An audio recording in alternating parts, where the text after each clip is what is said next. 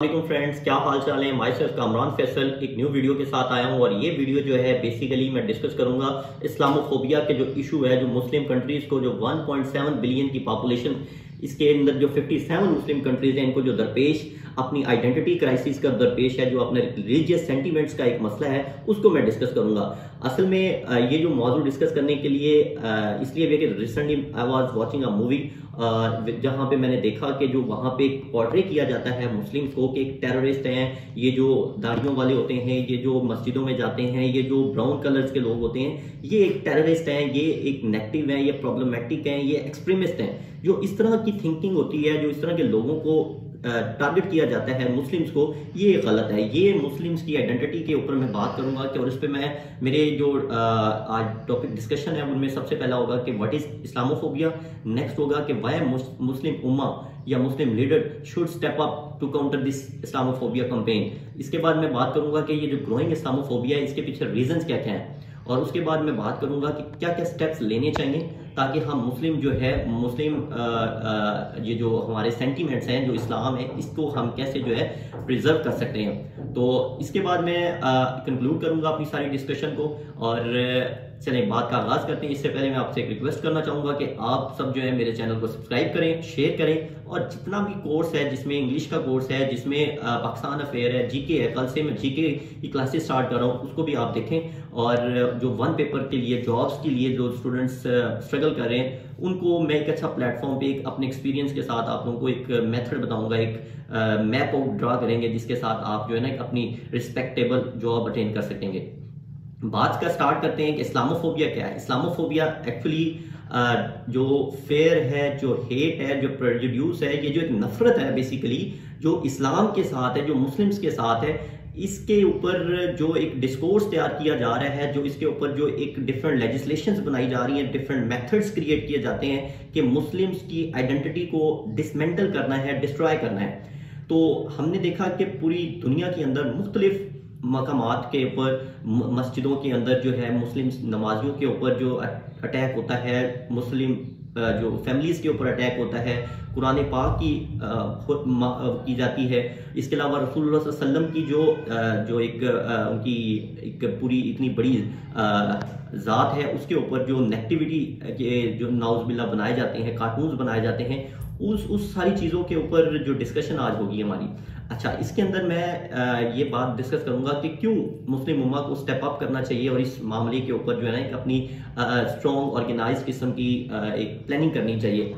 तो उसमें बात मैं यहाँ से स्टार्ट करूंगा कि वेस्ट के अंदर एक ट्रेलर बनता है जिसके ऊपर पे किया जाता है $500 मिलियन।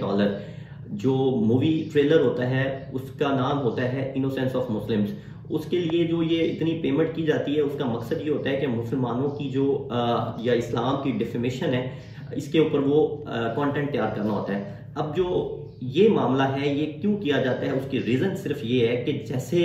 मैं एग्जांपल दूं कि अगर इंडिया में जो इंडियन लोग हैं या हिंदू हैं, वो पाकिस्तान के अगेंस्ट या पाकिस्तान के ऊपर कोई अच्छी या मुस्बित डिस्कशन नहीं कर सकते, तारीफ नहीं कर सकते, इसी तरह ही जो इसराइल है, वहाँ के जो लोग हैं फ़लस्तीन के लिए रहमदिली या उनके लिए कोई पॉजिटिव बात नहीं कर सकते। और इसी तरह या फिर जो वेस्ट है, जो हमारे जो लिबरल्स हैं, जो एक वेस्टर्न थिंकिंग है, उसके अंदर जो इस्लाम है या इस्लामिक सिविलाइजेशन है, इसके ऊपर कोई अच्छी डिस्कशन नहीं की जा सकती। मतलब मुस्बत सोचना इतना मुश्किल है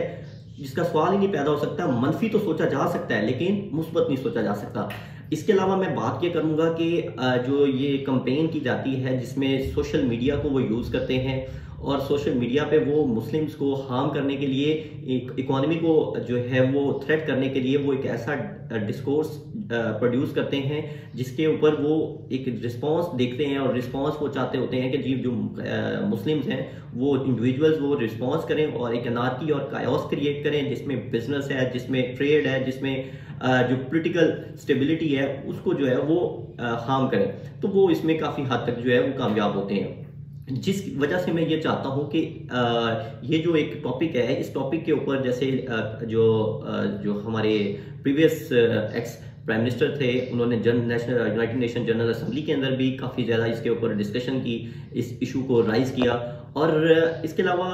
उन्होंने जो फैक्टअप का जो ये मामला था जिसपे यूएस की तरफ से या डिफरेंट जो ये इस ऑर्गेनाइजेशन के मेंबर्स थे, उन्होंने मुस्लिम्स को टारगेट किया कि जी आप लोग वेस्ट के अगेंस्ट कोई इस किस्म के कवानीन बनाएं ताकि वो वेस्ट को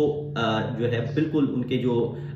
सेंटिमेंट्स हैं या उनकी जो रिलीजियस चीज़ें हैं उसके ऊपर कोई मुस्लिम्स को फाइनेंस ना करें। उस ऑर्गेनाइजेशन का मकसद ये था कि वो बैन करें जो जितनी भी टेररिस्ट ग्रुप्स हैं उनको जो स्पॉन्सरिंग है, जो फाइनेंशियल सपोर्ट है उसको स्पॉन्सर करना है। तो वो मुस्लिम्स को या पाकिस्तानियों को टारगेट कर रहे थे कि आप लोग ये करते हैं। हालांकि जो मैंने आपके सामने पहले डिस्कस किया कि जो ये डिस्कोर्स वेस्ट की तरफ से तैयार होता है, जो हेट और प्रेजुड्यूस इस्लाम के ऊपर, उसके ऊपर कोई बात नहीं है, कोई उनको कहने वाला नहीं है उनको। Now we will discuss the growing causes of Islamophobia in the globe. इसमें सबसे जो पहला रीजन है वो मैं ये डिस्कस करूंगा कि जो मेन स्ट्रीमिंग हो रही है एंटी मुस्लिम सेंटीमेंट्स की due to the rise of populist politics. Populist politics का मकसद ये होता है कि आपने अपनी सियासत को चमकाने के लिए आपने एक खास कम्युनिटी को टारगेट करके आपने अपना एक ग्रुप जो है उसको अपने साथ इकट्ठा करना होता है, एक जत्थे को इकट्ठा करना होता है और उसके लिए आपने अपने पॉलिटिकल ऑब्जेक्टिव्स को अटेन करना है। अपनी पावर को अटेन करने के लिए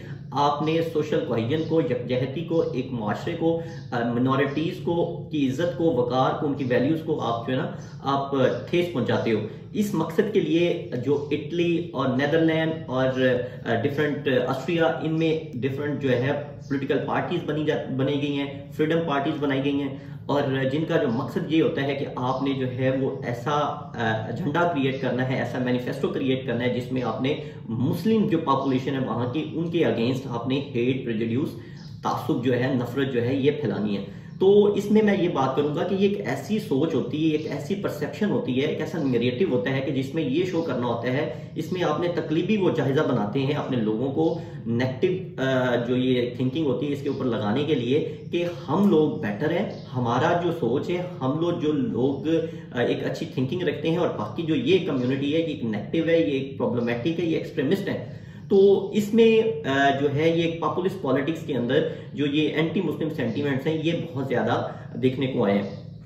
अच्छा, इसके अलावा मैं ये बात करूंगा कि जो डेमोक्रेटिक इनके जो लीडर्स होते हैं वो अपने आप को, अपने जो डेमोक्रेटिक राइट्स होते हैं, इन राइट्स को एक्सरसाइज करते हुए वो क्या करते हैं, वो अक्यूज करते हैं, वो अब्यूज करते हैं, वो इंसल्ट करते होते हैं मुस्लिम्स की, उनकी रिलीजियस प्रैक्टिसेस की, उनकी जो रिलीजियस पर्सनैलिटीज हैं उनके ऊपर वो जो है ना डिफरेंट किस्म की जो है एक नैरेटिव सेट करते हैं, उनकी एक हिस्ट्री को जो है वो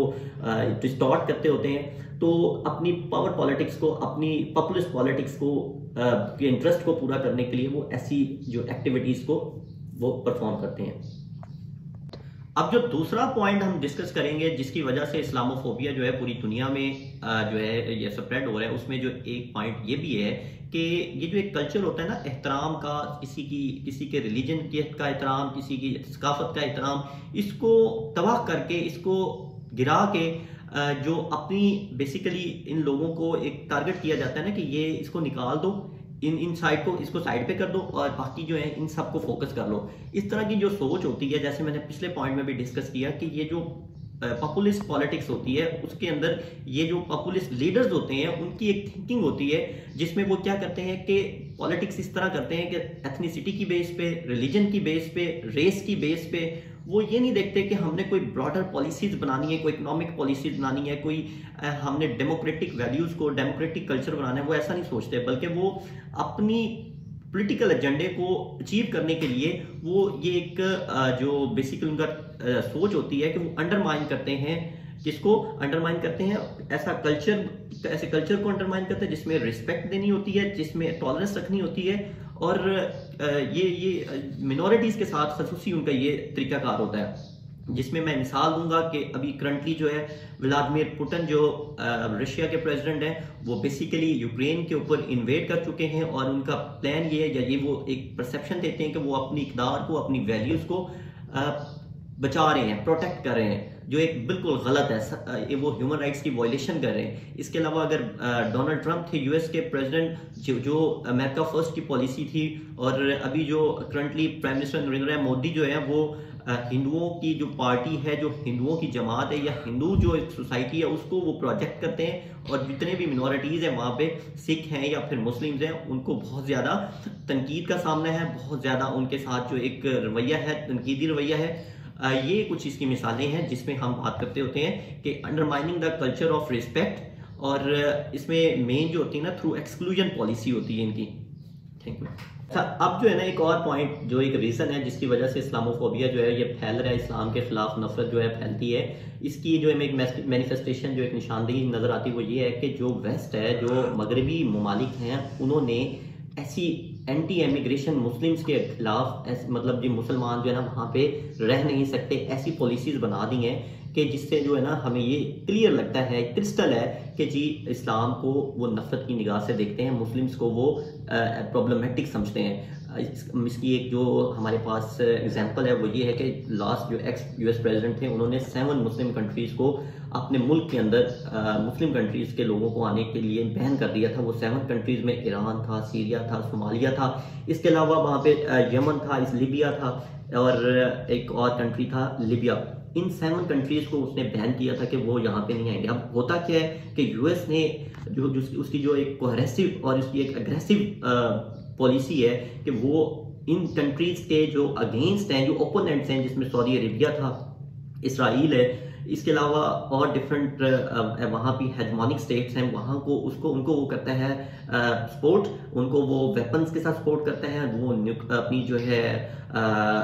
इसके अलावा जो फाइनेंशियल सपोर्ट करते हैं, और इन कंट्रीज़ को वो या उस रीजन को डिस्टेबलाइज करता रहा है। अब वो इन जो वहाँ के रहने वाले हैं, जो इस सिविल वॉर को देख के वो मूव करना चाहते हैं, वो इन वेस्ट कंट्रीज़ की तरह मूव करते हैं, लेकिन उनके लिए ये आगे से इतनी सख्त किस्म के ये पॉलिसीज़ बना के आते हैं कि ये एंटी इमिग्रेशन पॉलिसीज़ बनाई हुई हैं, जिससे भी हमें ये एक मैसेज मिलता है कि ये ओवरऑल जो कैंपेन है ये इस्लामोफोबिया के लिए, इसके पीछे जो एक ही रीज़न है वो है कि इस्लाम को जो है वो कंट्रोल किया जाए, लिमिटाइज किया जाए।